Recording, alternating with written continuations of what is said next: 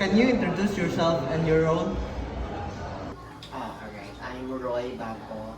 I'm your head of the Student Services Department here in Quezon College. I just started working as your head. I think that was October 2022. But I started working as your Student Affairs Officer back in 2019. So I just got promoted year 2022, and I think it's my second year as your head of the Student Services Department this year. So, what are your main responsibilities and challenges? Responsibilities and challenges. So let's have first the responsibilities. A lot. Since I had the Student Services Department, there are a lot of responsibilities that I assume every day.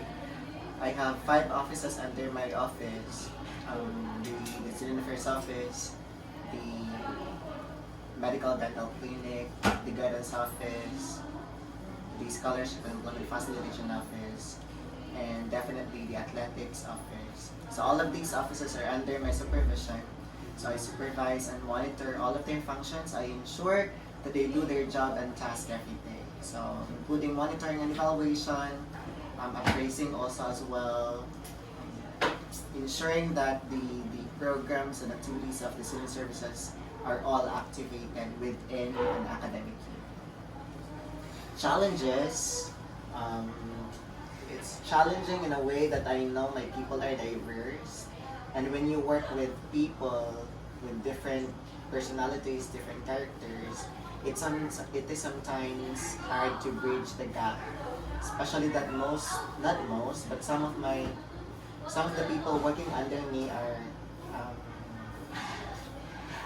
in terms of age gap, they're older than me. So sometimes I take it as a challenge to also maintain and push leadership in that aspect. But I manage in a way that I communicate my concerns and they also communicate their concerns. So in other words, communication is really vital in any organization for people to communicate and talk their concerns out so that understanding and finding ways to problems would be met always. How did you start your career and reach your current position? I graduated from Hualalai State University main campus, I think back in 2018. I started working at University of Bohol. I worked as the senior high school instructor there for a year before I transferred here in Quezon College, but not as an instructor, but as your student affairs officer back in 2019. So by profession, I'm a licensed teacher, but I'm hired in the administrative division. So I worked first as your student affairs officer back in 2019 before I got promoted in 2022 until at present. It's not easy because I was really programmed to teach and I don't have any background to the administrative tasks. But I think if you love your job, I think you'll learn to learn the ways, to learn the ropes and understand things as they are. And it's also good that I'm not working alone, although I'm just alone in my office. I have my people out there, and really when you communicate your concerns, you can get the job done easier in a way that people would understand you and you would also understand them in the process. What do you enjoy most about your job? Rewarding. Probably if there are successful projects and activities that are functional under my department. When I see you happy every time we conduct activities, every time we implement programs, when I see you satisfied from all of the services under my department, I think that's the most rewarding part. Although I do not work with you directly because you're under the programs of the offices under me. But so long as I can see that you guys are enjoying the activities given, programs and activities that you should be under with, specifically in the semesters, I think that's the most important part, when you are happy and that when you are satisfied with all of our student services. Thank you, sir. So, how do you handle conflicts or challenges within your team or organization? What skills and qualities are needed for your role? How do you handle? By facing the problems, by facing the problem itself, and of course, when you lead, you should follow as well. Leading for me is following first before you lead, meaning you have to really consider your people first. They are your priority. So in the student services department, my team is my priority. So I have to know what are their concerns, I have to know what are their problems so that we can sit down and talk about them and finally find solutions and everything that concerns us. That's it.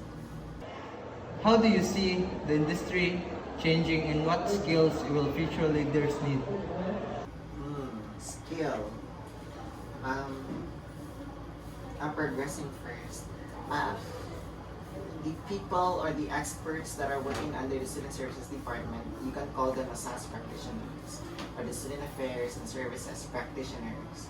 So we call ourselves that. And I believe there's only the one thing that could make this department progress is that when we adapt to different advancement when it comes to the finding solutions to problems. I could also point out one salient factor that may help us in progressing, and that would be collaboration.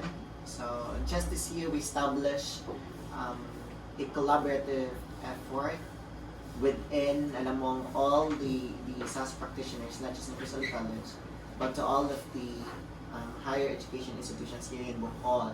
So we're able to collaborate with them. I think if you're able to collaborate with people that can understand you because they're also doing the job that you're doing, I think that's progressive. Yes, sir. One skill that might help us in achieving that progression and that progress, I think, is when people adapt to the trends of the time.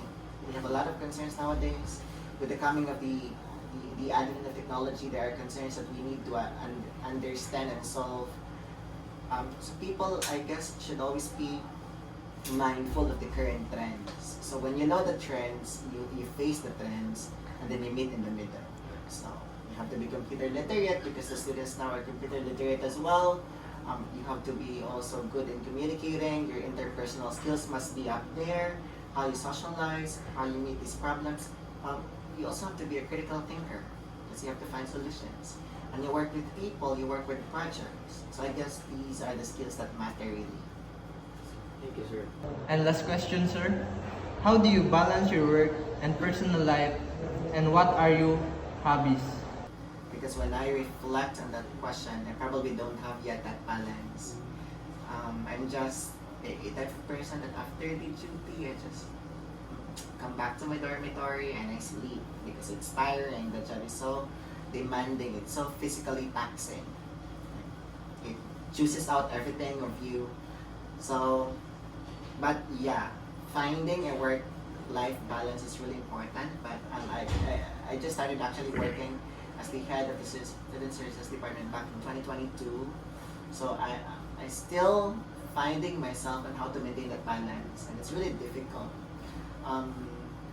But reflecting on the question, it's good to find that balance, but I don't have that yet as of now.